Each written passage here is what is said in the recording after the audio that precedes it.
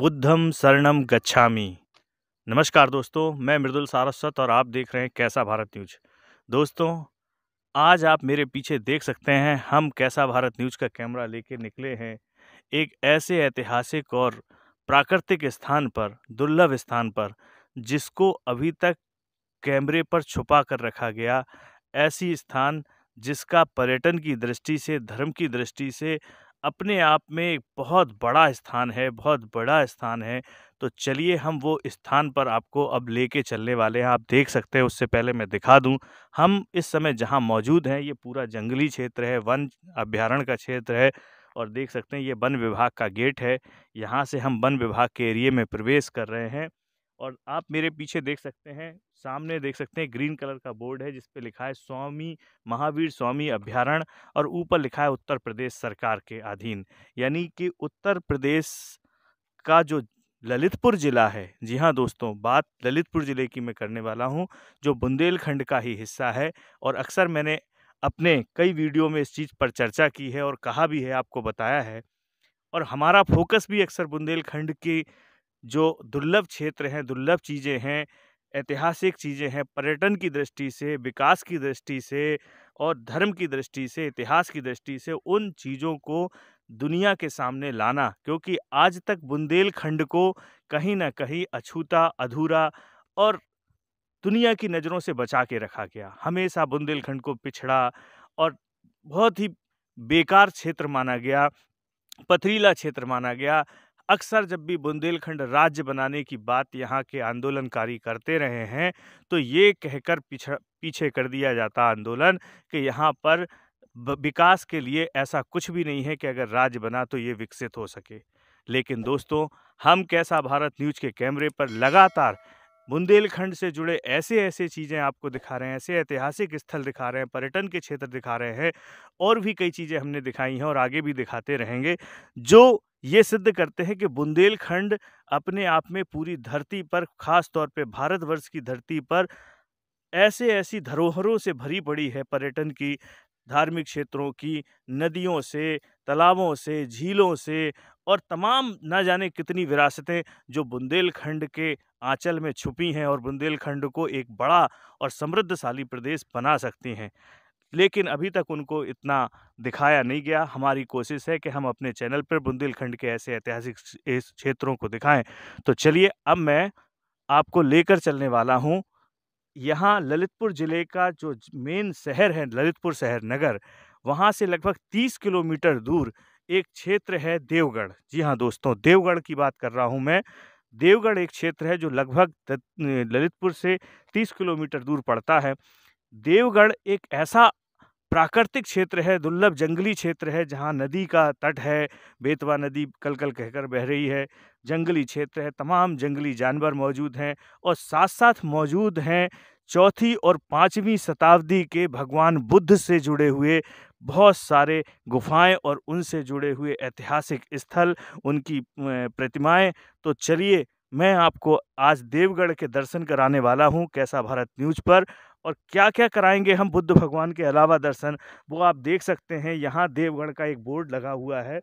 यहाँ से लगभग देवगढ़ 3 किलोमीटर है और वहाँ हम जाएँगे तो हमें जैन मंदिर मिलेंगे, बहुत ही ऐतिहासिक जैन मंदिर। साथ-साथ दशावतार भगवान विष्णु का मंदिर भी हम आपको दिखाएँगे।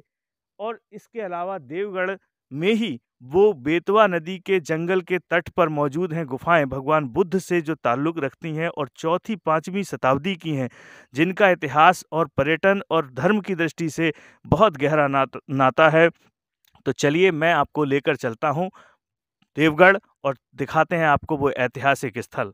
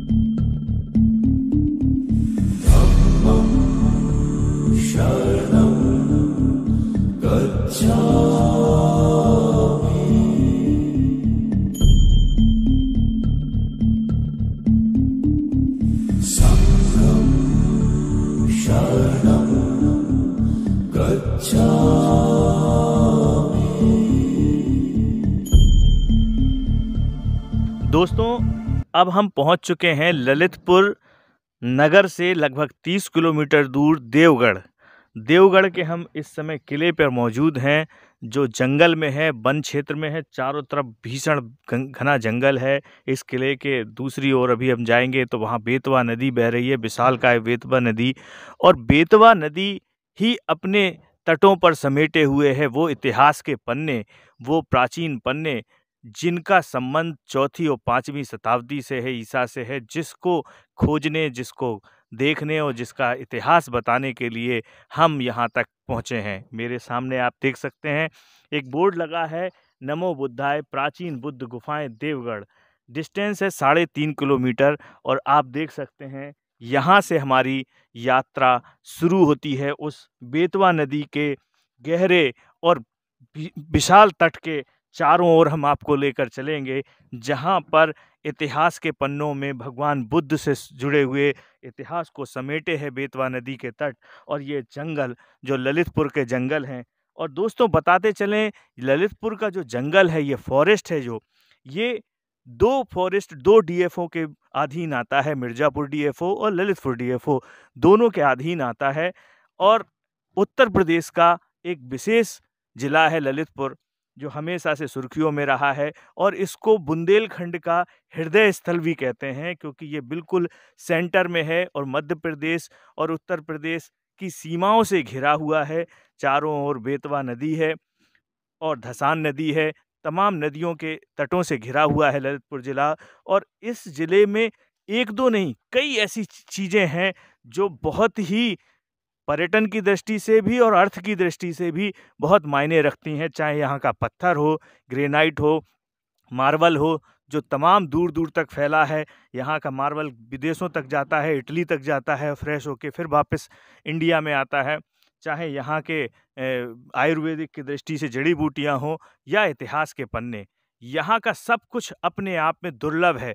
तो चलिए, मैं मृदुल सारस्वत आपको लेकर चलता हूँ कलकल करती बेतवा नदी के उस तट पर, उन तटों पर, उन जंगली क्षेत्रों से जुड़ी हुए तटों पर, जहाँ जंगली जानवर भरे पड़े हैं इस पूरे जंगल में। उस जंगलों से भरे हुए रास्ते से हम वहाँ होकर चलेंगे और लेकर चलेंगे भगवान बुद्ध से जुड़े हुए उस ऐतिहासिक स्थलों पर, उन गुफाओं में, जिनको दिखाने का, हमारा यहाँ लाने का आपका मकसद था।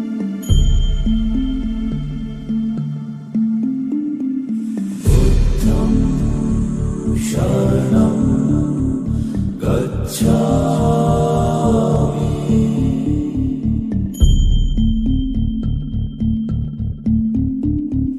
धम्मं शरणं गच्छामि।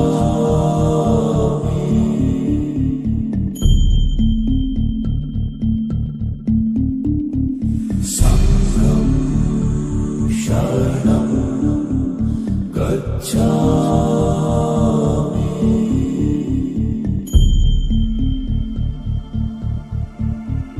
दोस्तों, हम देवगढ़ के उस किले को पूरा पार करके और बेतवा नदी पास में ही इस तरफ देखेंगे दाईं ओर मेरे, तो बेतवा नदी गहरी बह रही है और काफ़ी पानी से भरी हुई है, क्योंकि बारिश का सीज़न है। अभी हम बारिश का सीज़न अभी ख़त्म हुआ है, अभी भी बारिश मौसम के अनुसार चल रही है। तो इस समय जंगल बहुत घना है और आप देख ही सकते हैं मेरे चारों तरफ कितने घने पेड़ हैं। और हम पूरा जोखिम उठा के आए हैं, जान का जोखिम उठाकर आए हैं, क्योंकि जंगली जानवरों से भरा पड़ा है ये जंगल। नदी का तट है और अक्सर कहा जाता है कि नदी का जहाँ तट होता है वहाँ तमाम जंगली जानवर पानी पीने आते हैं, लेकिन हम वो सारी जोखिम उठा कर आए हैं, क्योंकि हमारा मकसद है इस ऐतिहासिक स्थान जिसका संबंध भगवान बुद्ध से है, जिनका संबंध 4वीं और 5वीं शताब्दी से है, जिसको अभी तक लोगों ने छुपा के रखा। भगवान बुद्ध जिन्होंने पूरे धरती को प्रेरणा दी, किस तरीके से एक नया अध्याय उन्होंने जीवन में इंसान के शुरू किया, वो सारी प्रेरणाएं जिनकी प्रेरणा से चक्रवर्ती सम्राट अशोक जैसे लोग भी सारे रास्ते बदलकर और इस रास्ते पर चल पड़े, जिसे ईश्वर का रास्ता, शांति का मार्ग कहा जाता है। हम उस ऐसे दुर्लभ स्थान को दिखाने आए हैं। देख सकते हैं भगवान बुद्ध की यहाँ एक प्रतिमा लगी है जो संकेत करती है कि यहाँ से भगवान बुद्ध की वो गुफाएं शुरू होती हैं। देख सकते हैं यहाँ एक बोर्ड भी लगा हुआ है जो जंगल के पेड़ों में छुप गया है, दिखाई नहीं दे रहा है।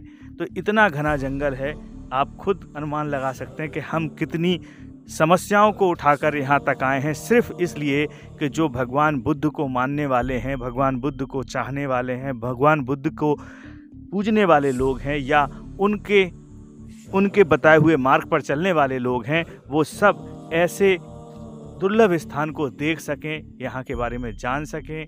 हमारा मकसद सिर्फ उस इतिहास तक आपको ले जाना और इतिहास से रूबरू कराना है। और यही कारण है कि हम इतना बड़ा जोखिम उठाकर, देख सकते हैं मेरे पास इस समय एक 2 व्हीलर गाड़ी है, जंगल में आना, वो भी 2 व्हीलर गाड़ी से, वो भी इतने कंकड़ीले पथरीले रास्तों से होते हुए, और वो भी इतने खतरनाक जंगली जानवरों के बीच वाले रास्ते से होते हुए नदी के तट तक आना, वो भी इस बाइक द्वारा, ये अपने आप में अपनी जान का जोखिम डालने के बराबर है। लेकिन हमारा मकसद सिर्फ इतना है कि हम उन स्थानों को आपको दिखा सकें जिनके लिए हमारा मकसद था यहाँ आना। चलिए अब हम लेकर चलते हैं भगवान बुद्ध की उन गुफाओं में जिनका संबंध इतिहास के कई युग पुराना है। दोस्तों देख लो, अब हम उतर रहे हैं, ये नदी के तट की ओर हम बढ़ रहे हैं। ऊपर पहाड़ी से नीचे की ओर देख सकते हैं ये पगडंडी नहीं रह गई है, अब यहाँ से आगे गाड़ी नहीं जा सकती। ये जीने बने हुए हैं पत्थरों के, और इन जीनों से हम उतरकर नदी के तट की ओर बढ़ रहे हैं जहाँ पर भगवान बुद्ध की गुफाएं हैं, भगवान बुद्ध के ऐतिहासिक स्थल हैं। हम वहाँ आपको लेकर चल रहे हैं और देख सकते हैं इसके लिए हम कितना जोखिम उठा रहे हैं, कितनी परेशानी उठा रहे हैं, ये आप खुद समझ सकते हैं कि इतने किलोमीटर, लगभग 140 किलोमीटर का हम सफ़र तय करके आए हैं बाइक से, और फिर उसके बाद इस खतरनाक स्थान पर हम आपको लेकर चल रहे हैं। हमारा मकसद भगवान बुद्ध के उन प्राचीन स्थलों के दर्शन कराना है, उन गुफाओं के दर्शन कराना है जिनको इतने समय तक छुपा कर रखा गया, अंदर रखा गया, जिनका इतना डेवलपमेंट भी इधर का नहीं किया गया जितना होना चाहिए था। देख सकते हैं अब यहाँ से पानी रिस रहा है पहाड़ से, और पानी जिन पगडंडियों पर रिस रहा है उन पर कई लग गई है, और अपने आप में इस कई भरे रास्ते पर चलना भी एक बहुत बड़ा दुर्लभ काम है। लेकिन कोशिश करते हैं कि हम आगे बढ़ें और आपको उन गुफाओं तक लेकर चलें।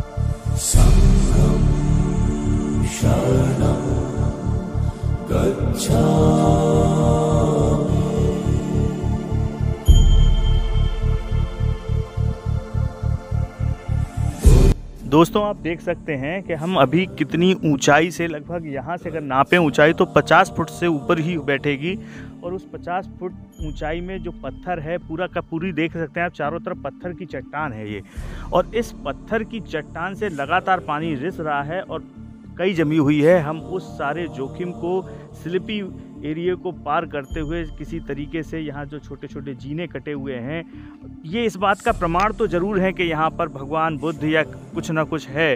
अगर कहा गया है भगवान बुद्ध का गुफाएं हैं तो हैं, क्योंकि वरना ये जीने नहीं कटे होते, यहाँ नदी तक जाने का रास्ता नहीं बना होता, तो कहीं ना कहीं कुछ है। लेकिन अभी तक हमें कुछ ऐसा नज़र नहीं आया है, लेकिन हम उस खोज में निकले हैं तो हम उस खोज को पूरा करके ज़रूर जाएंगे।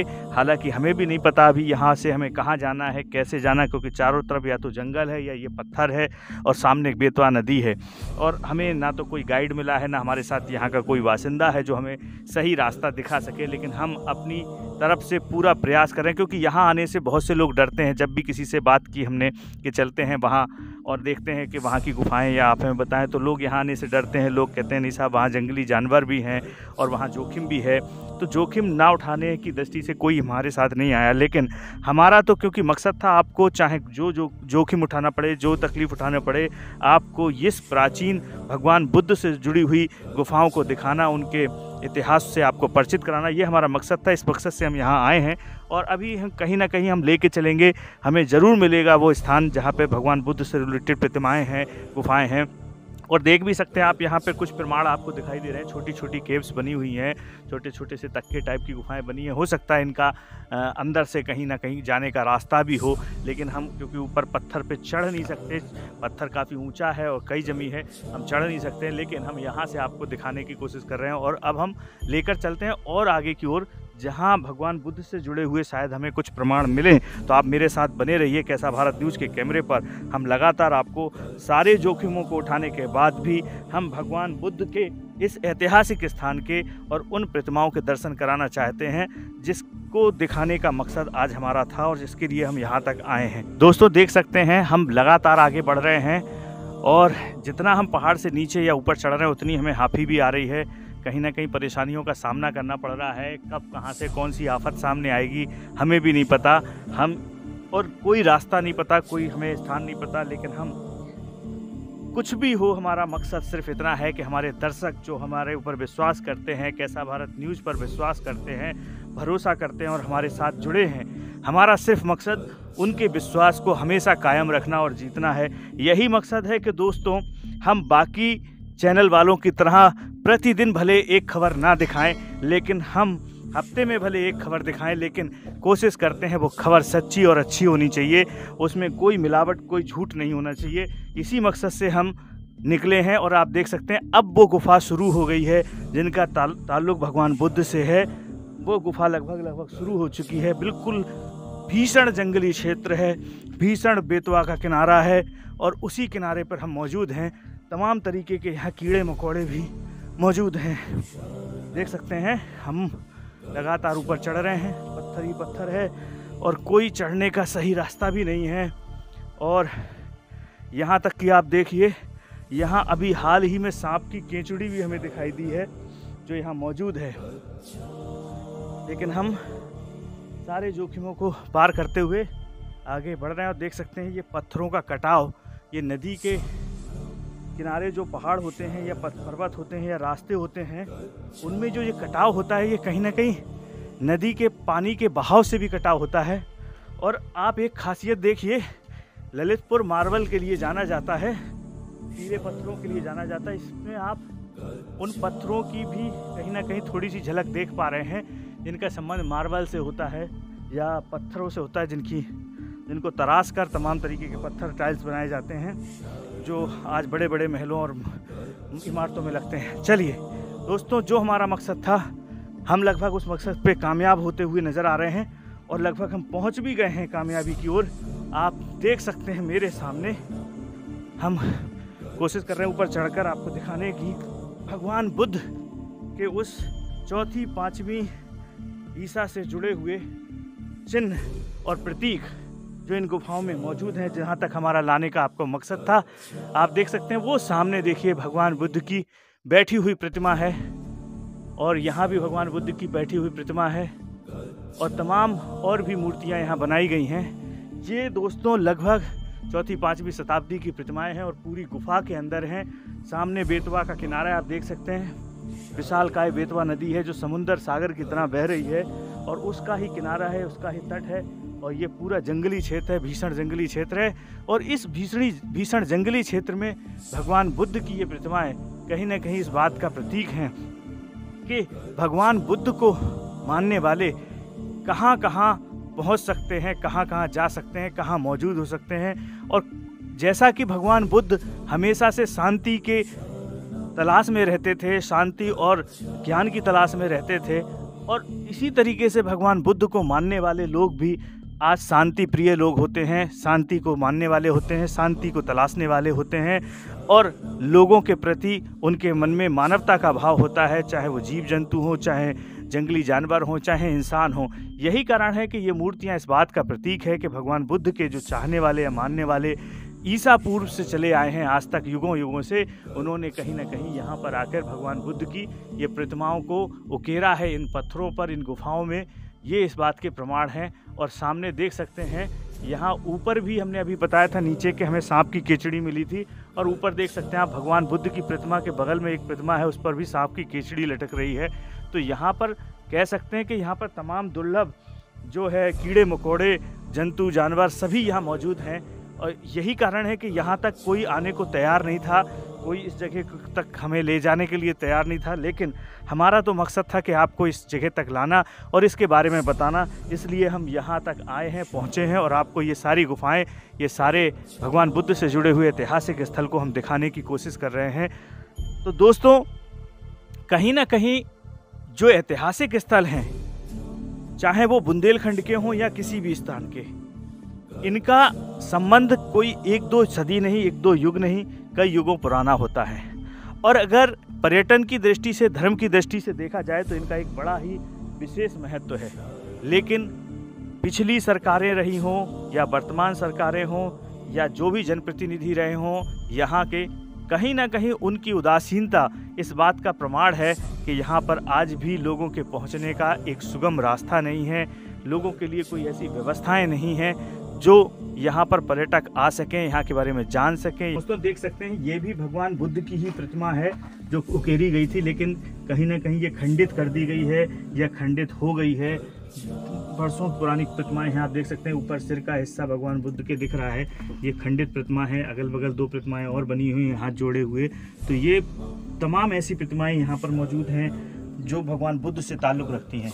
दोस्तों, जैसा कि हम आपको शुरू से बताते आए थे कि नदी के तट पर ललितपुर से लगभग 30 किलोमीटर दूर देवगढ़ की इस भीषण जंगलों में भगवान बुद्ध के वो प्रमाण मौजूद हैं जो इस बात का प्रमाण है कि बुंदेलखंड से भी भगवान बुद्ध का गहरा नाता है। और हम पिछली अपनी एक स्टोरी में भी बता चुके हैं, दतिया के गुजर्रा गांव की वो स्टोरी, जिसमें सम्राट अशोक के हाथ से लिखा हुआ, कई सौ वर्षों पूर्व का लिखा हुआ वो पत्थर, वो शिला भी मौजूद मिली है, जिस पर सम्राट अशोक के हाथ से लिखा हुआ संदेश आज भी मौजूद है। हालांकि वो भी अव्यवस्थित है, सरकार और प्रशासन और जनप्रतिनिधियों की उदासीनता का प्रमाण वो भी दे रही है और ये भी स्थान दे रहा है। लेकिन ये बात तो प्रमाणित है कि कहीं ना कहीं बुंदेलखंड की धरती से भगवान बुद्ध का भी गहरा नाता है और वो कहीं ना कहीं शांति की खोज में कभी ना कभी यहाँ ज़रूर आए थे। और दोस्तों, हमारा जैसा मकसद था कि यहाँ की गुफाओं को दिखाना, जो बेतवा तट पे हैं, बेतवा बिल्कुल बगल में ही लगी हुई है। पहले के टाइम में जो संत होते थे, महात्मा होते थे, देव पुरुष होते थे, वो हमेशा नदी का तट तलाशते थे, एकांत तलाशते थे, जहाँ पर जाकर वो शांति से अपने जो ध्यान को लगा सकें, अपना भगवान को पाने का या भगवान तक पहुंचने का जो उनका मार्ग होता था उसको पा सकें, कोई उनके उस साधन में, कोई साधना में कोई विघ्न ना आए। इस लिहाज से अगर देखा जाए तो ये बिल्कुल वैसा ही क्षेत्र है जहां भगवान बुद्ध कभी आए होंगे। हालांकि आज ये पूरा जंगल से भर गया है, रास्ते टूट गए क्योंकि उस पर ध्यान नहीं दिया गया। और जैसा हमने अभी आपको बताया कि यहाँ पर हमने सांप की केचड़ी भी दिखाई है, गुफाओं से पानी भी टपकता हुआ दिखाया है, और तमाम यहाँ पर दुर्लभ कीड़े मौजूद हैं और जानवर मौजूद हैं। लेकिन कहीं ना कहीं ये भगवान बुद्ध की ही कृपा समझें, उनका ही प्रताप समझें कि हमें अभी तक ऐसा कोई कीड़ा नज़र नहीं आया। भले उसके प्रमाण मिले हैं, लेकिन अभी तक ऐसा कोई कीड़ा मकोड़ा या जानवर, बंदरों को छोड़कर, लंगूरों को छोड़कर अभी तक नज़र नहीं आया जिससे हमको किसी तरीके की कोई हानि या परेशानी हुई हो। ये भी भगवान बुद्ध के वो शांति प्रिय जीव ही हैं जो यहाँ मौजूद हैं।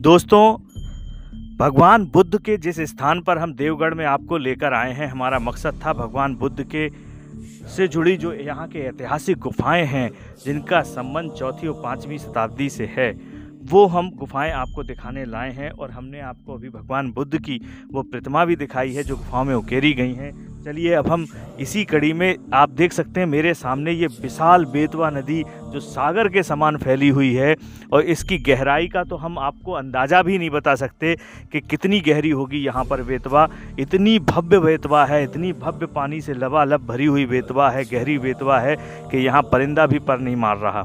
लेकिन हम फिर भी ऐसे खतरों को उठाते हुए आपके सामने लाए हैं और दिखाने वाले हैं हम यहाँ पर भगवान बुद्ध से रिलेटेड वो गुफाएं भी, सारी गुफाएं जिनका संबंध 4वीं और 5वीं शताब्दी से है, बुंदेलों और चंदेलों के काल से है, जिनका संबंध 1500 युग पुरानी गुफाएं हैं, उन 1500 पूर्व युग से है।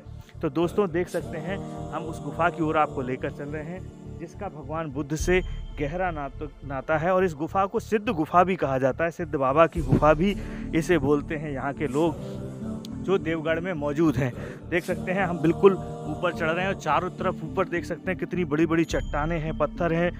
दूसरी ओर बेतवा का गहरा घाट है, गहरी नदी है, तो एक और पत्थर का विशालकाय ऊंचा कम से कम 200 से 300 फुट ऊंची पहाड़ी है जिसका पत्थर से कटाव है, पत्थर लगा हुआ है।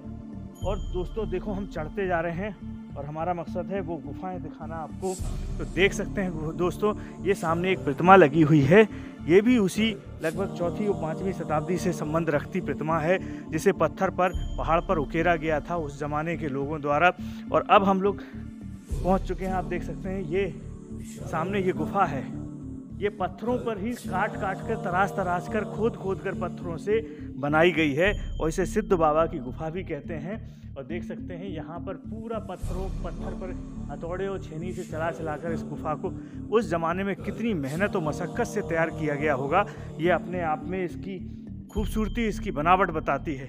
देख सकते हैं 2 पिलर पत्थरों के ही बने हुए हैं और 3 दरवाजे हैं। हम प्रवेश कर रहे हैं, ये है बाबा सिद्ध बाबा की गुफा जिसे कहते हैं। और दोस्तों देख सकते हैं ये पूरी गुफा है, विशालकाय गुफा, और बीच में देख सकते हैं ये गड्ढा। ये इस बात का प्रमाण है कि उस ज़माने में यहाँ पर जो भी ठहरते होंगे सिद्धजन, तपस्या करते होंगे, शांति के लिए यहाँ आते होंगे, वो यहाँ पर अग्नि जलाते होंगे, आग जलाते होंगे, ताकि यहाँ पर आगे की समस्या ना हो, ठंड ना महसूस हो, और रोशनी के लिए भी। यहाँ देख सकते हैं यहाँ चूल्हा टाइप का बना है जो खाना बनाने के काम आता होगा, उस ज़माने में भोजन बनाने के काम आता होगा। पानी यहाँ पर नदी में भरपूर है ही, पानी की सुविधा है ही, और लकड़ियों की यहाँ कमी नहीं। जंगल तो लकड़ियाँ और पानी और तमाम चीज़ों की जो आवश्यक चीज़ें हैं उनके साथ यहाँ पर जो है सिद्धजन लोग अपनी तपस्या करते होंगे। तो दोस्तों ये भी भगवान बुद्ध की इसी देवगढ़ की तपोभूमि, इस तपोस्थली से संबंध रखती है सिद्ध बाबा की गुफा, जिसे हमने अभी अपने कैमरे पर दिखाया है। आपसे सिर्फ दर्शकों से एक ही चीज़ कहना है कि कई बार हमने देखा है, कई बार हमने जाना है कि हम कितनी भी कोशिश करें तब भी इतिहास के सारे पन्नों को पलट नहीं सकते। बहुत सी चीज़ों को सही तरीके से शायद बयान नहीं कर सकते, कुछ चीज़ें सही पता होती हैं, नहीं पता होती है, लेकिन हमारा मकसद फिर भी यही होता है कि हम आप तक वो सारी बातें, वो सारी सच्चाइयाँ, वो सारे स्थान आप तक पहुँचाएँ, दिखाएँ जिन पर आपका हक बनता है। तो दोस्तों हम अपनी कोशिश में लगातार कोशिश करने की, खरा उतरने की कोशिश करते हैं, लेकिन कहीं ना कहीं छोटी मोटी त्रुटियां हो जाती हैं। लेकिन आपसे मेरा यही निवेदन है कि आप कैसा भारत न्यूज़ को जो अभी तक प्यार देते आए हैं, वो लगातार अपना प्यार, अपना जो हमारे पर समर्पण है वो बनाए रखें, विश्वास बनाए रखें। हम ऐसे ही लगातार आपको अच्छी खबरें, अच्छी जानकारियों से भरे हुए रोचक क्षेत्र, धार्मिक क्षेत्र, ऐतिहासिक क्षेत्रों के दर्शन कराते रहेंगे। मैं आपका दोस्त मृदुल सारस्वत फिर मिलता हूँ देवगढ़ और ललितपुर जिले से संबंधित कुछ और ऐतिहासिक स्थानों पर। तब तक अपने दोस्त मृदुल सारस्वत को इजाज़त दीजिए। जय भारत, जय बुंदेलखंड।